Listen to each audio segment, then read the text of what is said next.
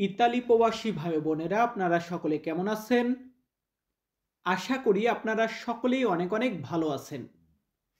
আপনাদের সকলের দোয়ায় আমি তন্ময় ভালো আছি। আমাদের আজকের ভিডিওতে খাবার সম্পর্কে ইতালির ভাষা শেখাবো।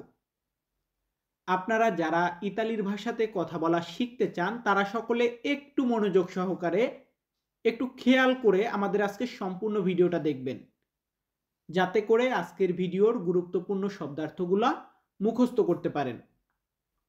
তো আর বেশি কথা বলবো না, চলুন আমাদের আজকের ভিডিওটি শুরু করা যাক। দেখুন, আমরা খাদ্য বা খাবার সম্পর্কে শিখব। তো খাদ্য বা খাবার এটাকে ইতালিতে আমরা বলি চিবো। ইতালিয়ান শব্দার্থ চিবো মানে খাদ্য বা খাবার। এর পরবর্তী শব্দের দিকে যাব আমরা। প্রথমে আমরা খাদ্য শেখালাম, এরপর আমরা শিখব খাওয়া। দেখুন, আমরা বিভিন্ন ধরনের খাদ্য খাই। খাওয়া এটাকে আমরা ইতালিতে বলি মানজারে। ইতালিয়ান শব্দার্থ মানজারে মানে খাওয়া, চিবো মানে খাদ্য। এরপর আমরা কি শিখব? এরপর আমরা রেখেছি রান্নাঘর। দেখুন, আমরা যে জায়গাটাতে রান্না করি কিচেন বলি, এই কিচেন এটাকে আমরা ইতালিতে বলি কুচিনা। ইতালিয়ান শব্দার্থ কুচিনা মানে রান্নাঘর। অনেকে আবার রান্না করা বোঝায়, এটা না। রান্না করা এটার মানেটা ভিন্ন। রান্না করা এটাকে আমরা বলি কুচিনারে। কুচিনারে আর কুচিনা মানে রান্নাঘর, দুইটা ডিফারেন্ট, কিন্তু শিখে নেবেন। তো যাই হোক, এরপর আমরা কি শিখব? এরপর আমরা শিখব প্লেট। আমরা যে প্লেটে খাবার খাই, প্লেট এটাকে আমরা ইতালিতে বলি পিয়াত্তো। ইতালিয়ান শব্দার্থ পিয়াত্তো মানে হচ্ছে প্লেট বা থালা। সো আমরা খাদ্যর নাম শেখাবো আজকে। প্রথমে যার জন্য যেগুলা দরকার হয়, খাদ্য, খাবার, রান্নাঘরে, এগুলা শেখালাম। এখন আমরা শেখাবো ভাত। ভাত এটাকে ইতালিতে বলা হয় রিজো। ইতালিয়ান শব্দার্থ রিজো। রিজো মানে ভাত। ভাতের পর আমরা কি শিখব? এখানে আমরা রেখেছি রুটি। বিভিন্ন ধরনের রুটি আমরা খাই, তবে রুটি বলতে গেলে আমরা ইতালিতে বলি পানে। ইতালিয়ান শব্দার্থ পানে। পানে মানে রুটি। এরপর আমরা কি রেখেছি? মাছ। আমরা যে মাছ খাই, মাছ এটাকে ইতালিয়ান ভাষাতে বলা হয় পেশে। ইতালিয়ান শব্দার্থ পেশে মানে হচ্ছে মাছ। সো ভিউয়ার্স, মাছের পরবর্তীতে আমরা শিখব এখানে মাংস। মাংস বা গোস্ত এটাকে ইতালিতে বলা হয় কার্নে। ইতালিয়ান শব্দার্থ কার্নে মানে মাংস বা গোস্ত। সো একটি কথা বলতে চাই, আমরা এখন কি করব? আমরা এখন দ্বিতীয় ধাপে যাব।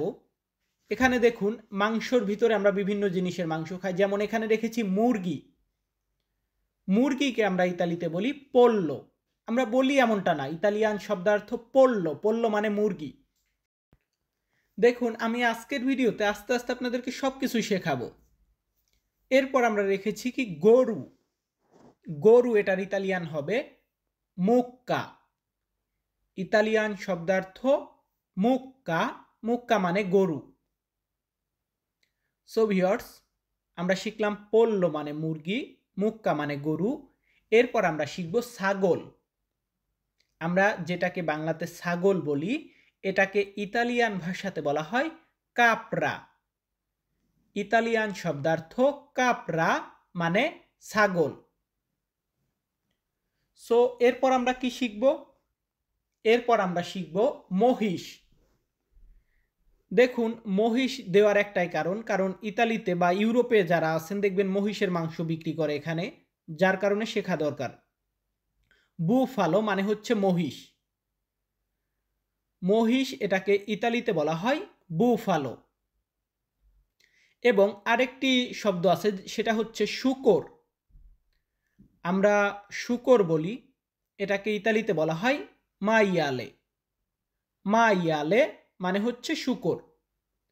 ইউরোপে কিন্তু এই মাইয়ালে মানে এটা কিন্তু প্রচণ্ড চলে, যদিও আমাদের এটা খাদ্যর না, তারপরেও শিখতে হবে। মাইয়ালে মানে শূকর।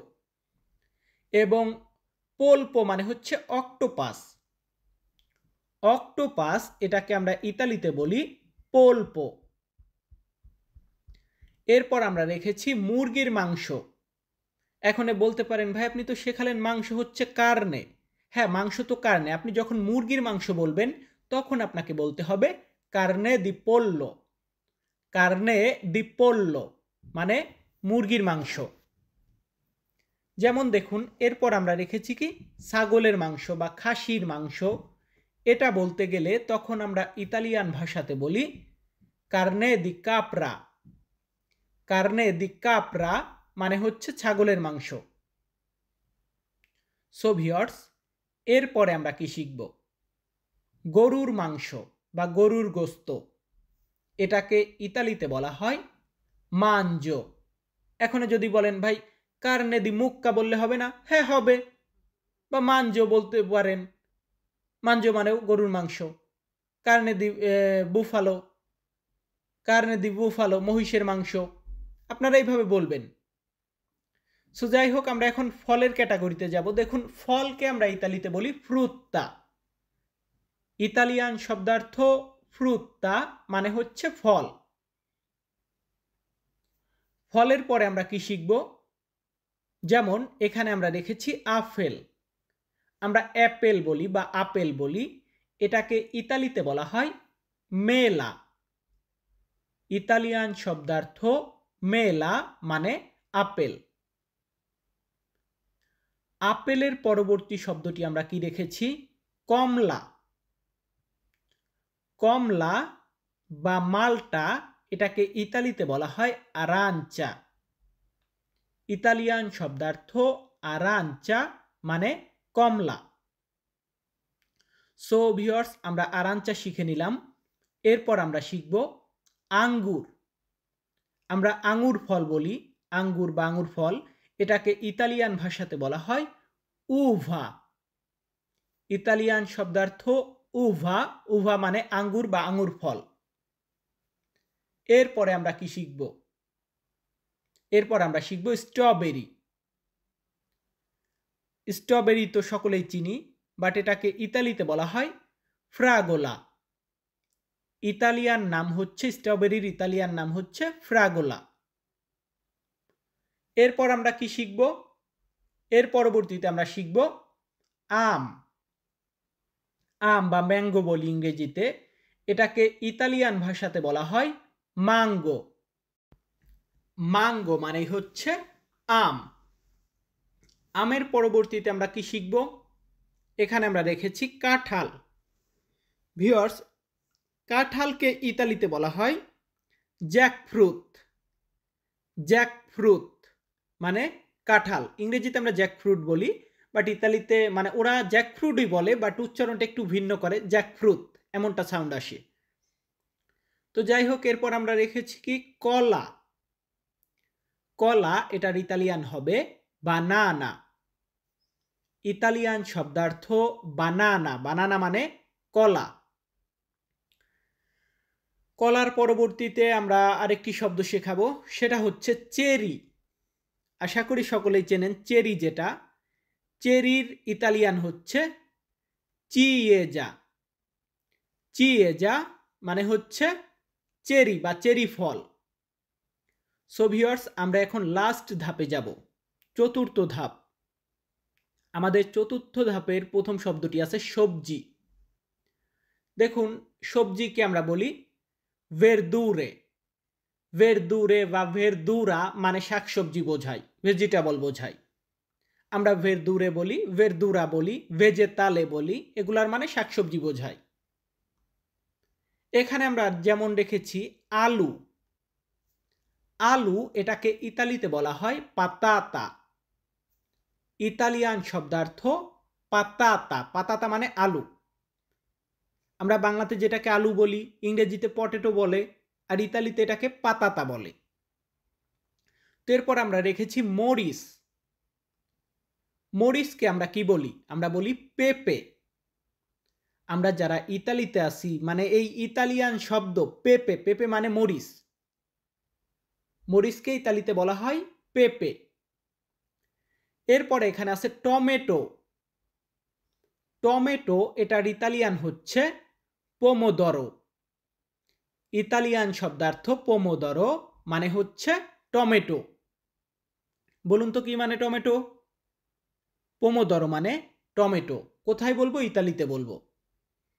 এরপরে আছে তেল। সোয়াবিন তেল, সরিষার তেল, গাড়ির তেল, যে তেলই বলেন, তেল বলতে গেলে আমরা ইতালিতে বলি অলিও। ইতালিয়ান শব্দার্থ অলিও। অলিও মানে তেল। সো আমাদের পরবর্তী শব্দটি এখানে আছে লবণ। লবণ এটার ইতালিয়ান হচ্ছে সালে। ইতালিয়ান শব্দার্থ সালে। সালে মানে লবণ। সো আমরা লবণ শিখলাম। এরপর আমরা আরেকটি শব্দ শিখব, সেটা হচ্ছে পানি। আমাদের অত্যন্ত গুরুত্বপূর্ণ শব্দ জল বা পানি। এটাকে ইতালিতে বলা হয় aqua।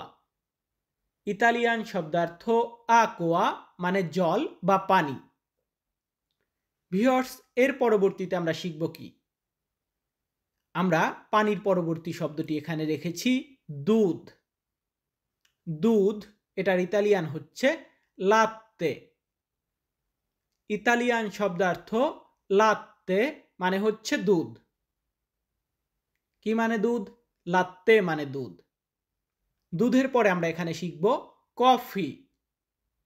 আমরা যে কফি পান করি, কফি এটার ইতালিয়ান হচ্ছে কাফে। ইতালিয়ান শব্দার্থ কাফে মানে হচ্ছে কফি। সো ভিউয়ার্স, আমাদের আজকের কফি শব্দটা কিন্তু আমরা লাস্টে রেখেছি কাফে। তো দেখুন, যারা সম্পূর্ণ ভিডিওটা দেখেছেন, জানি না কে কে দেখেছেন, তবে যারাই দেখেছেন তাদেরকে সকলকে মনের থেকে ধন্যবাদ জানাই। আরেকটি কথা বলতে চাই, আমি একা ভাষা শেখাই না।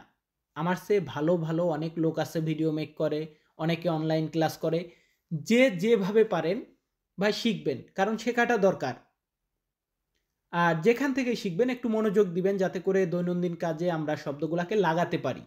আমার যে শব্দটা শিখলাম সেই শব্দটা আমার কাজে লাগে। তো যাই হোক, সকলে ভালো থাকবেন। ধন্যবাদ।